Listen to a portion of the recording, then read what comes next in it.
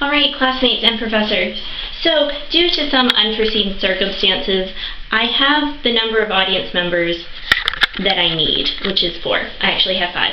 But nowhere in the syllabus does it say that they have to be human. So here we have my dog, who just gave birth, and her 4 babies. They're going to be my audience members today because I had kind of a busy day. Okay.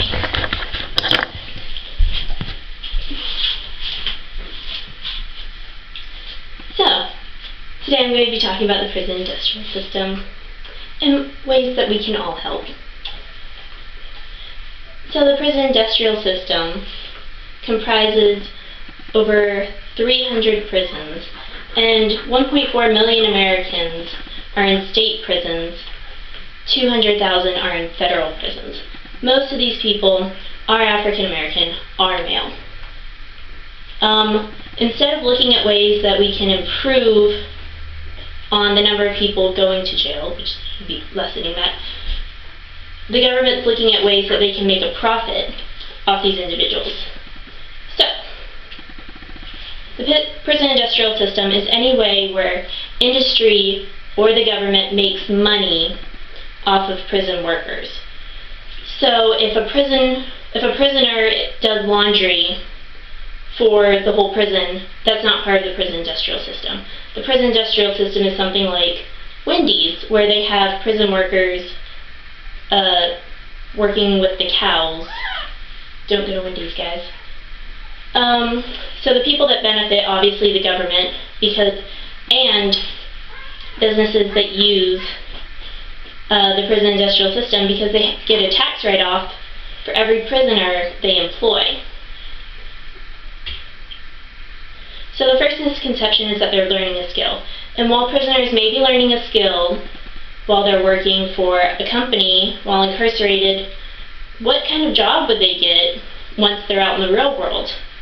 So if I learn how to raise cattle for Wendy's, and then I get out, I try to get a job with Wendy's, there's no job there, because they're all being taken by prisoners. So I'm left jobless, because the one skill I have doesn't really work for me. I'd have to move, that requires money, I don't have money, I just got out of prison, remember? So what ends up happening is, I'm going to commit a similar crime, and go back to jail, and I'm going to be working for Wendy's.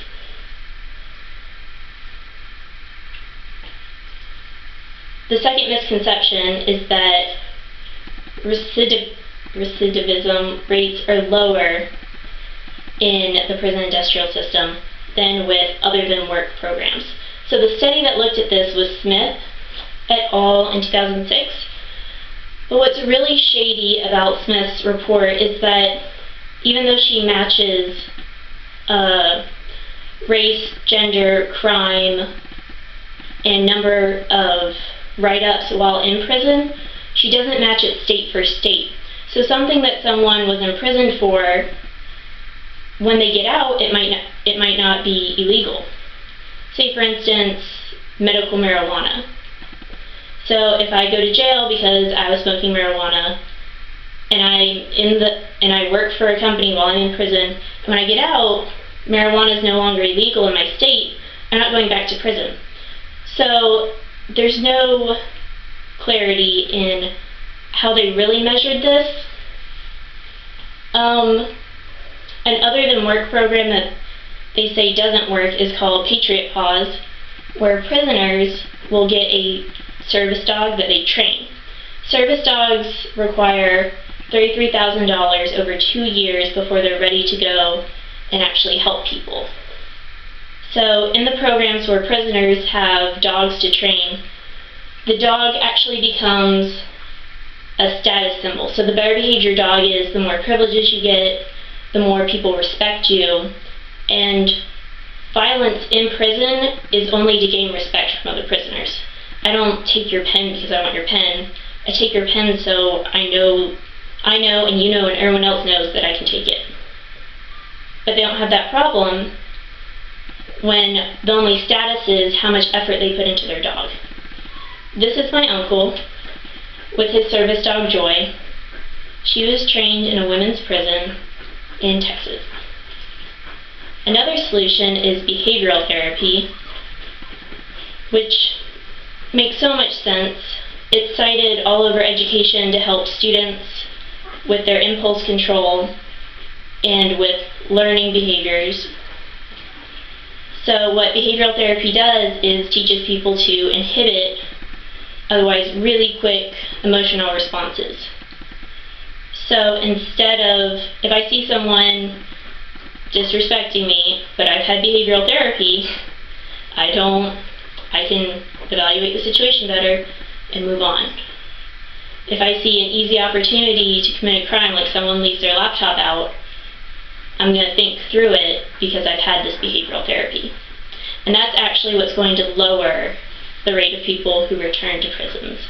It's not if they have job skills, it's not if they have connections on the outside. It's changing the way that they think and how they feel about other people. Connecting them to other people through service dogs, through teaching them how everyone thinks in behavioral therapy, is going to connect them to the world and make it much less likely for them to return to prison once they leave.